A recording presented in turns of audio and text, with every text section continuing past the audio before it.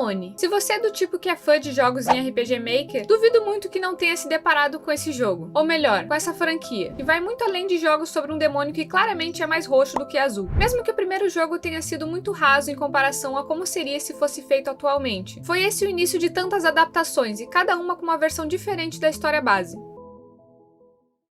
O primeiro jogo de Aoni foi lançado em 2008, sendo desenvolvido por Noprops, esse é o nome do cara, tendo sua última versão atualizada em 2011. Em 2016 lançou Aoni 2, que de sequência não tem nada. É a mesma ideia do outro, com o diferencial de se passar em uma escola abandonada ao invés de uma mansão, e há uma professora como personagem extra, nem agregando tanto ao jogo. Aoni 3 foi lançado no ano seguinte, em 2017, sendo também como o anterior, de ser os mesmos personagens na mesma situação, sendo esse o mais difícil de descrever o que acontece por estar apenas nos idiomas japonês e chinês. Não há surpresa nenhuma que há bugs no jogo, incluindo uma porta que ao ser aberta não mostra uma entrada, e sim só uma parede. Da mesma forma, até mesmo a principal parte visual desse terror, que seria o antagonista, reflete também a simplicidade do desenvolvimento do jogo. Não é uma criatura que dá medo, mas é extremamente caricato, e isso faz parte da identidade da obra. Também há outras duas versões de jogos, 2 filmes em live action, uma minissérie animada de 3 episódios com 3 minutos cada, e se acha que isso é muito é porque eu ainda não falei das light novels, que tem que ser um tópico completamente à parte. As principais adaptações de Aoni são, de jogos, a primeira versão do primeiro jogo em 2008 e a última versão em 2011, o segundo jogo em 2016, o terceiro jogo em 2017, a Aoni Online em 2018 e a Aoni X em 2020. De filmes, tem o de 2014 e a versão 2.0 de 2015, de animações tem The Blue Monster, com 3 episódios e 3 minutos cada, em 2016, e a Aoni The Animation, filme de 67 minutos em 2017. De light novels tem Middle School Edition, sendo a linha principal da história, separada em um total de 7 volumes, Aoni, o primeiro volume em 2013, o segundo volume, Vingança, em 2013, o terceiro volume, Mutação, em 2014, o quarto volume, Rancor, em 2015, o quinto volume, Aoni para Sempre, em 2016, o epílogo Fragmentos, em 2017 e o prelúdio Origens, em 2015, além de mais e mais outras adaptações soltas por essa cronologia. Começando no primeiro jogo, há uma lenda sobre uma mansão que qualquer um que entra nunca mais volta por causa de um suposto monstro que habita e devora as pessoas que ousam explorar o local. A partir disso, é gritantemente óbvio que um bando de jovens desocupados vai inventar de explorar a mansão, porque isso é claramente uma ótima ideia. O jovem tem que acabar. Assim acompanhamos os 4 adolescentes, Hiroshi, Takuro, Mika e Takeshi. Hiroshi é o protagonista, que tinha tudo pra ser frio e calculista, mas só por seus diálogos me faz questionar como que ele ainda possui amigos. Takuro tem todo o layout de bad boy à la Castiel de amor doce, mas é o representante de turma que geral gosta. Mas ninguém sabe que ele é um babaca. Mika é a única menina do grupo, sendo sua única função na história gostar de Takuro. E nem isso foi bem desenvolvido. Por fim, Takeshi é o mais medroso do grupo, e é justamente o que deu a ideia de fazer o que qualquer jovem faria. Arriscar a sua vida apenas pela momentânea diversão de comprovar uma lenda sobre pessoas que desaparecem ao adentrar um local abandonado.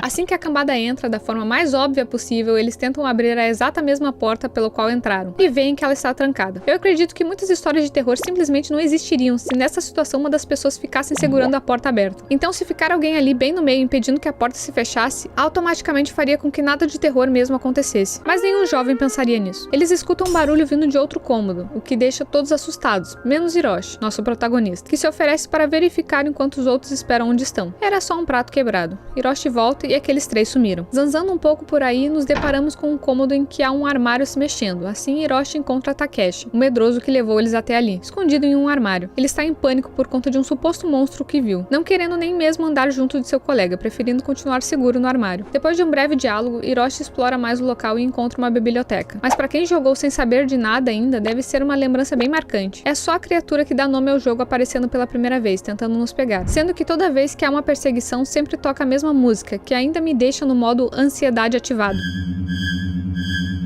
Não é uma música que dá medo, mas sim te deixa apreensivo, passando a exata mesma sensação de ter que fugir de algo, que não vai parar de correr atrás de ti. Nesse caso, até vai, quando tu continuar andando por aí até despistar o monstro, ou simplesmente entrar em um armário para se esconder, tal qual vimos nosso coleguinha fazer. Mesmo que pode ser que não funcione e tu se dá mal mesmo assim. Se tu não correr o bastante, o bicho te pega, e só dá game over. Não é nada, e mesmo assim essa maldita música bem feita, até sem estar jogando, ainda me traz esse sentimento incômodo de precisar estar em alerta a qualquer coisa que pode acontecer ao meu redor. Talvez seja exagero da minha parte, mas não é possível que mais ninguém sinta isso com uma música de um joguinho aleatório. Enfim, Hiroshi se depara com um monstro claramente roxo e depois de fugir e sobreviver, ele entra em uma sala que há um piano, outro cenário marcante, dessa vez por conta de seu puzzle envolvendo um código nas teclas do instrumento. Graças a isso, destrancamos um cofre e achamos mais uma chave, a qual é usada para adentrar um dos quartos em que encontramos Mika. Podemos pedir para que ela se junte a nós em nossa exploração em busca de uma saída, mas ela recusa e insiste em ficar onde está para esperar por Takuro. Hiroshi meio que não liga muito para isso. Quando encontramos o tal Takuro, ele reafirma o que já sabemos há um certo tempo. Estamos presos e temos que achar uma saída. Nessa mesma sala, utilizamos uma ferramenta muito específica para abrir uma porta falsa, e entramos em um cômodo que também nos leva a mais um cenário clássico.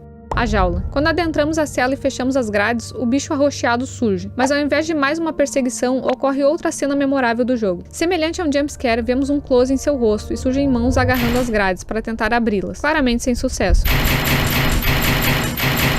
Mais uma vez, isso deve ter dado um susto em quem jogou sem saber de nada. Quando voltamos ao quarto em que Mika estava escondida depois de ouvir um grito possivelmente dela, nos deparamos com aquele monstro e se alimentando de seus...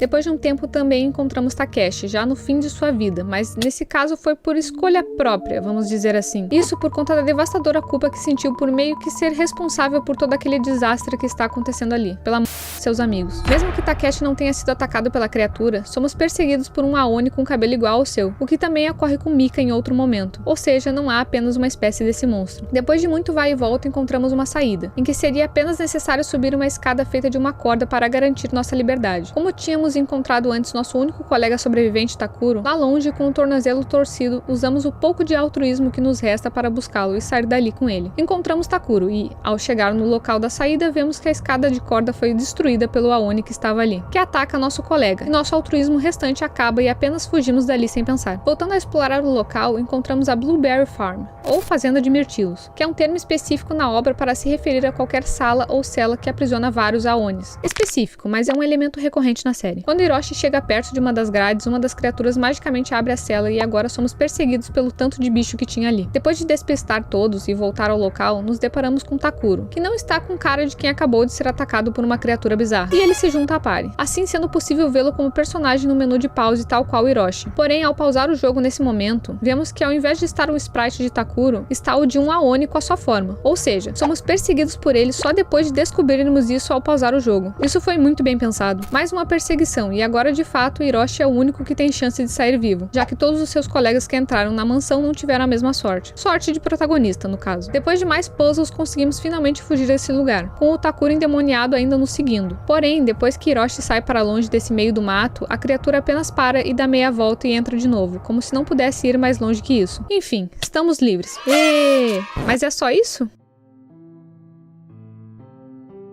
No segundo jogo, a ideia continua sendo a mesma, mas sendo o local uma escola abandonada ao invés de uma mansão. Isso além de ter uma personagem extra, no caso, uma professora que insiste em acompanhar os jovens nessa presepada. Não é bem uma sequência, nem prequel, nem nada além de vamos imaginar o que acontece no primeiro Aoni, mas com algumas meras mudanças aqui e ali. O terceiro jogo, também fugindo da possibilidade de ser uma sequência, é mais difícil de abordar. Isso por conta da falta de tradução oficial, já que só está disponível na versão original em japonês e chinês. Mas assim como o anterior, há certas mudanças, tais como tu poder escolher qual dos 4 personagens tu vai controlar ao longo do jogo, assim tendo variações da ordem de quem interage com quem, que a história começa com aquela turminha em um navio para um tipo de excursão escolar, que por conta de um acidente, os leva a uma ilha, que é onde vai acontecer toda aquela loucura de novo, mas com umas coisinhas extras, como vários layouts de Aonis. Também é nesse jogo que, em uma casa, descobrimos um pouco da origem dessas criaturas, ou melhor, uma das origens. Daqui a pouco voltamos a isso. Lembram que eu falei que o jogo teve 2 adaptações em live action? Pois então, uma certa parte da história muda também com isso, se baseando especificamente na versão mais completa da Light Novel, a Middle School Edition. Essa versão possui 5 arcos na linha principal da história, ainda tendo como base um enredo anterior, mas com adições de muitos outros elementos que consolidam a obra. O protagonista é Shun, que é o clássico novato da turma, que por ser introvertido passa a sofrer bullying, nesse caso por Takuro. Shun cria um jogo à la Death Note, em que usa pessoas que ele gostaria que sumissem, para não usar outro termo, como personagens. O jogo foi baseado nos rumores sobre uma mansão abandonada. Depois é descoberto que o que acontece no jogo reflete diretamente no local, como se ambos estivessem conectados. A história se desenrola da mesma maneira da trupezinha tentar sobreviver, fugindo do monstro que já conhecemos. Parte desse enredo foi usado como base para os filmes em live action, obviamente não cobrindo tudo que a novel aborda. Mas aí tu me pergunta, como exatamente surgiram esses bichos azuis? E a resposta é, depende de qual adaptação tu vai se basear. Há várias versões sobre as origens dos Aonis dentro da obra. As mais notáveis são a do terceiro jogo, a de uma edição da Light Novel, em mais um jogo não sequencial e no filme de animação. No terceiro jogo é contado que havia uma família que tinha feito um tipo de ritual para a proteção, mas meio que deu tudo errado e o que aconteceu foi que eles trouxeram aquela criatura para este mundo, que começou a gente, sendo que quando isso acontece, a vítima se torna um desses demônios azuis. Lembrando que o terceiro jogo não faz parte de uma sequência, está mais para uma versão paralela do primeiro e do segundo jogo. Na edição para o ensino fundamental, os Aonis são criados quando um ser vivo, humano ou não, ingere um gafanhoto azul, que parece ser algum tipo de criação de um personagem muito específico com o nome de Messias, que é esse olho com dentes e asas de morcego. Na maioria dos jogos, há indícios de que um vírus faz parte das origens do demônio azul, mas só sendo isso confirmado em Aoni Online, uma outra versão lançada em 2018. No filme de animação de 2017, os Bluebells, ou Jacintos, se reproduzem com humanos, infectando-os e manipulando suas vítimas por meio de controle mental para infectar outras pessoas, até que seus corpos cedem e eles se tornam Aonis, servindo como guardiões das flores.